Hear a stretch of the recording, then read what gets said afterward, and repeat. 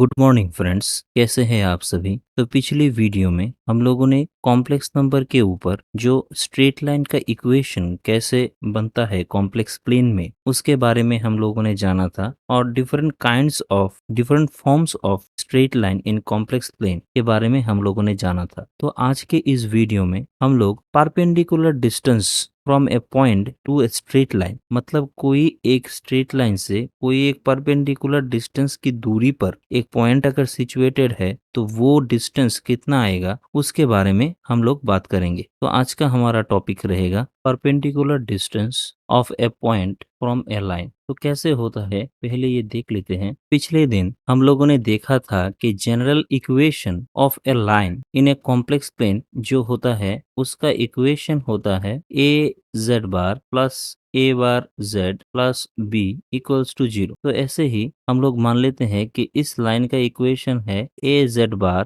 Plus A bar Z plus B. अब D distance की दूरी पर मान लेते हैं यहाँ पर कोई एक पॉइंट है z0 जो जिसको हम x0 प्लस आई y0 ऐसे रिप्रेजेंट कर सकते हैं। तो हम लोगों को इस d का वैल्यू निकालना पड़ेगा। तो कैसे निकाल सकते हैं पहले देख लेते हैं। एक को यहाँ पर जो कॉम्प्लेक्स कांस्टेंट दिया गया है उसको मान लेते हैं p प्लस आई क्यू, और z जो दिया गया है उसे मान लेते हैं x प्लस आई वाई, जो यहाँ पर x and I Y variable है। तो अब गिवन जो स्ट्रेट लाइन का इक्वेशन है वो है A Z bar plus A bar Z plus B equals to 0। तो यहाँ से एक ही जगह पर लिख सकते हैं p प्लस आई क्यू, और z का कॉन्जुगेट दिया गया है तो इसे लिख सकते हैं x माइनस आई वाई, प्लस यहाँ पर a का कॉन्जुगेट कॉम्प्लेक्स कांस्टेंट का तो इसे लिख सकते हैं p माइनस आई क्यू और x प्लस आई वाई प्लस b। ऐसे तो अगर गुना कर दे तो हो जाएगा P X plus Q Y, Q के प्लस माइनस माइनस और आई स्क्वायर के लिए plus, minus P I Y plus I Q X plus P X plus Q Y plus I P Y minus I Q X plus B equals to 0। तो यहाँ से P I Y और plus I P Y cancel, I Q X और minus I Q X cancel. तो यहाँ से हो जाएगा 2px plus 2qy plus b equals to 0। अब कोऑर्डिनेट ज्योमेट्री में हम लोगों ने देखा था कि कोई एक लाइन सेगमेंट अगर दिया गया है ax plus B Y plus c, और यहाँ से d डिस्टेंस की दूरी पर कोई एक पॉइंट है x0 y0, तो उस पॉइंट से इस लाइन की जो दूरी है उसे हम d से ऐसे रिप्रेजेंट कर सकते हैं a into x0 plus b into y0 plus c by root over A square plus B square. ये फॉर्मूला था और इस पूरे का मॉड्यूलस ऐसे था। तो कोऑर्डिनेट ज्योमेट्री में जब स्ट्रेट लाइन आएगा तब हम लोग ये डिस्कस करेंगे। तो आप अभी इस फॉर्मूले को ऐसे देख लीजिए। तो इन द सिमिलर वे यहाँ पर एक लाइन दिया गया है 2px 2qy plus b equals to 0, और यहाँ से जो कोऑर्डिनेट है z0 का वो x0 प्लस y0 है। तो यहाँ पर जो डिस्टेंस d होगा उसे हम लिख सकते हैं 2p, और x की जगह पर x0 हो जाएगा। यहाँ पर जैसे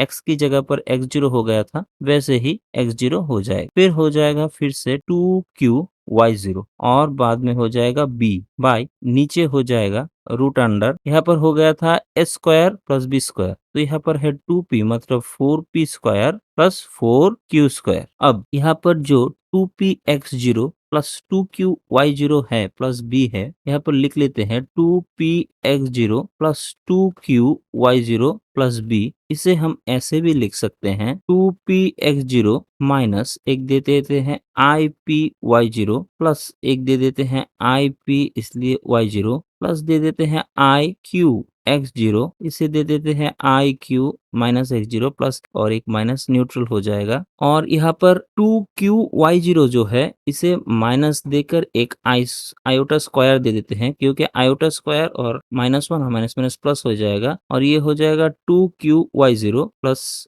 b। अब इसे 2px0 को लिख सकते हैं px0, एक ले लेते हैं यहाँ से, और iota py0 plus I Q x0 ले लेते हैं, माइनस ये वाला टर्म ले लेते हैं आयोटा स्क्वायर क्यू y0, यहाँ से एक ले लिया, फिर एक यहाँ पर चला गया था Px0, फिर से यहाँ पर Px0 ले लेते हैं और यहाँ से हो जाएगा, यहाँ पर माइनस IPy0 ले लिया था तो प्लस वाला यहाँ पर ले लेते हैं IPy0 माइनस एक माइनस वाला टर्म भी था, एक प्लस वाला आयोटा क्यू x0 ले लिया था और एक माइनस वाला टर्म है तो इसे यहाँ पर ले लेते हैं आयोटा क्यू x0 और रह गया ओनली ये वाला टर्म आयोटा स्क्वायर 2QY0 से एक लिया था तो एक और दूसरा वाला यहाँ पर ले लेते हैं प्लस b। अब यहाँ से p को कॉमन ले ले तो यहाँ से आएगा IX0 माइनस IY0। यहाँ से आयोटा q को कॉमन ले ले तो यहाँ से आ जाएगा x0 माइनस आयोटा y0। यहाँ से फिर से p को कॉमन ले ले तो हो जाएगा x0 प्लस आयोटा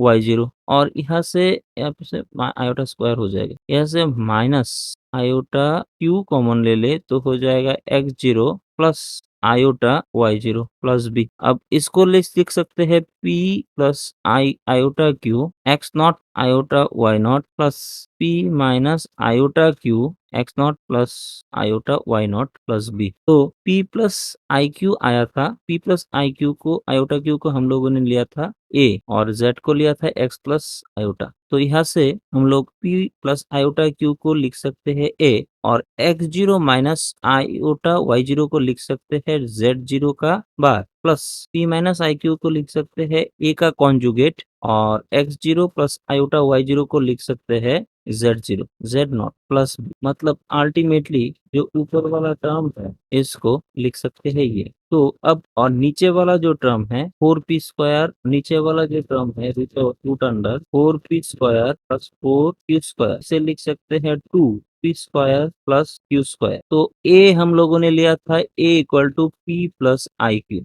इसका मॉड्यूलस करे तो ये हो जाएगा p square plus q square. मतलब 2a को लिख सकते हैं 2p square plus q square. तो अब दोनों टर्म को अगर कॉम्प्लेक्स की फॉर्म में लिखे, यहाँ पर d इक्वल्स टू आया था modulus 2p x not plus 2q y not plus b by यहाँ पर आया था 4p स्क्वायर 4q स्क्वायर। तो इसे अगर हम कॉम्प्लेक्स की फॉर्म में लिखे तो न्यूमरेटर को हम लोग लिख सकते हैं a इंटू z नॉट का bar plus a bar z not plus b by नीचे वाले को लिख सकते हैं 2 ऑफ मॉड्यूलस ऑफ a। तो यही हो जाएगा परपेंडिकुलर डिस्टेंस। मतलब यहाँ पर हम लोगों ने x0 प्लस y0 को z0 लिया था तो ये हो जाएगा perpendicular distance from a line to a point z0 और एनीथिंग एल्स। तो ऐसे करके हम लोग परपेंडिकुलर डिस्टेंस को निकाल सकते हैं। अब एक छोटा सा प्रॉब्लम हम लोग देख लेते हैं, एक एग्जांपल परपेंडिकुलर डिस्टेंस के ऊपर। तो यहाँ पर दिया गया है the length of perpendicular from a point 2 minus 3i to the line, ये गिवन लाइन दिया गया है, ये कितना होगा। तो यहाँ पर ये गिवन लाइन का इक्वेशन है 3 प्लस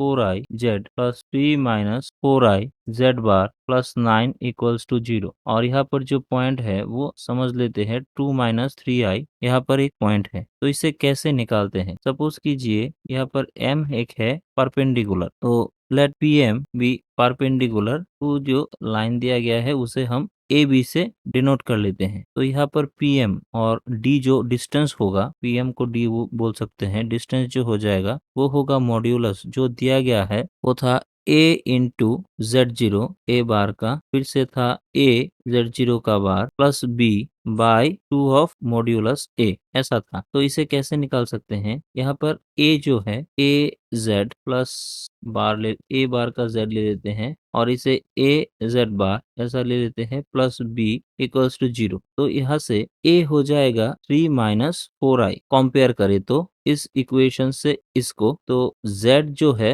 वो तो z की तरह रहेगा और b जो है वो 9 के बराबर हो जाएगा और z0 जो है वो 2 माइनस 3i के बराबर हो जाएगा। और यहाँ से a बार को हम लोग 3 प्लस 4i ऐसा लिख सकते हैं। तो अब फॉर्मूला में बिठाए तो ये हो जाएगा 3a बार मतलब 3 प्लस 4i इंटू z0 जो दिया गया है 2 माइनस 3i प्लस a था 3 माइनस 4i और z0 का बार हो जाएगा z0 था 2 माइनस 3i तो ये हो जाएगा 2 प्लस 3i प्लस b का वैल्यू था 9 इस पूरे का मॉड बाय 2 मॉड्यूलस अगर कर ले तो इसे लिख सकते हैं 3 माइनस 4i, क्योंकि a का वैल्यू था, इसका मॉड्यूलस हो जाएगा। तो अब इस पूरे का गुना करें तो इसका वैल्यू आ जाएगा 45। आप लोग करके देख सकते हैं। और नीचे इसका स्क्वायर करें तो 3 स्क्वायर हो जाएगा 9 और 4 स्क्वायर हो जाएगा 16। 16 प्लस 9 25, मतलब इसका जगह स्क्वायर रूट करें 16 प्लस 9 तो हो जाएगा 25। ये हो जाएगा 2 इंटू 5, मतलब हो जाएगा 10। तो ये जो डिस्टेंस हो जाएगा ये हो जाएगा 9/2। तो ऐसे करके हम लोग कोई भी एक पॉइंट से एक परपेंडिकुलर डिस्टेंस का वैल्यू किसी भी एक लाइन के ऊपर निकाल सकते हैं। तो आज ये एक छोटा सा सेशन था, तो कल हम लोग और कुछ कॉम्प्लेक्स नंबर के ऊपर हम लोग देखेंगे। तब तक के लिए thank you and good bye.